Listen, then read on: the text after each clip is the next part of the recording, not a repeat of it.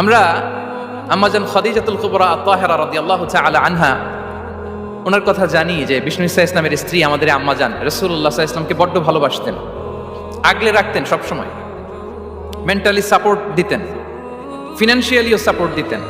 বিষ্ণু ঈসা ইসলামকে আম্মাজান খাদিজা এতই ভালোবাসতেন, বিষ্ণু ঈসা ইসলাম বলতেন রুজিকতু হুব্বাহা, আমি খাদিজার ভালোবাসাকে রিজিক হিসেবে পেয়েছি। সুবহানাল্লাহ। রাসূল সাল্লাল্লাহু আলাইহি ওয়াসাল্লাম এই শব্দটা ইউজ করেছেন, রিজিক, রুজিকতু হুব্বাহা। এবং তিনি দোয়া করার সময় বলতেন, আল্লাহ কিয়ামতের সে বিভীষিকাময় দিনে যেদিন বন্ধু বন্ধুকে চিনবে না, স্বামী স্ত্রীকে চিনবে না, বাবা সন্তানকে চিনবে না, পীর সাহেব মুরিদকে চিনবে না, নেতা কর্মীকে চিনবে না, ভাই বোনকে চিনবে না, সেই কঠিন মুহূর্তে আল্লাহ আমি আমার খাদিজাকে যেন ভুলে না যাই। রুজিকতু হুব্বাহা, খাদিজার প্রতি ভালোবাসা আল্লাহ তাআলা আমার হৃদয়ে রিজিক হিসেবে দিয়েছে। তাহলে রিজিকের সর্বোত্তম স্তর হচ্ছে পুণ্যবান স্ত্রী, নেককার সন্তান।